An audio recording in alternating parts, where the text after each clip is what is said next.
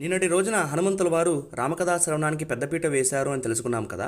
అలాగే శ్రీరంగనాథ స్వామి కూడా శ్రవణానికి పెద్దపీట వేశారు.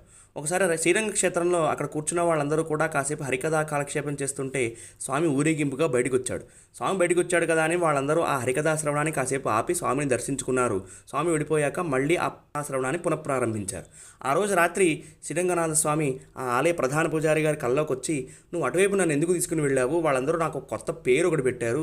ఏమిటా పేరు అంటే కాలక్షేప విరోధి అని పిలిచారు నన్ను. కాబట్టి రేపటి నుండి ఆ దారిలో కాకుండా వేరే దారిలో తీసుకుని వెళ్ళు అని అంటాడు స్వామి. అంటే దీని అర్థం ఏమిటి అంటే పరమాత్మకి వినేవాడంటే చాలా ఇష్టం. కృష్ణ పరమాత్మ భగవద్గీతలో చెప్తాడు, నా భక్తులు 4 రకాలు: ఆర్తి, అర్థార్థి, జిజ్ఞాసు, జ్ఞాని. ఇందులో నాకు బాగా నచ్చినవాడు ఎవడు అంటే జిజ్ఞాసు. ఎందుకంటే శ్రవణము పఠనము ద్వారా నన్ను తెలుసుకుందామని ప్రయత్నం చేస్తాడు. కాబట్టి వాడికి ఏమైనా కష్టాలు వస్తే నేను కాస్త ఆ కష్టాలని దూరం చేసేస్తాను. అప్పుడు నన్ను తెలుసుకోవడానికి వాడి ప్రయత్నం ముమ్మరంగా సాగుతుంది అని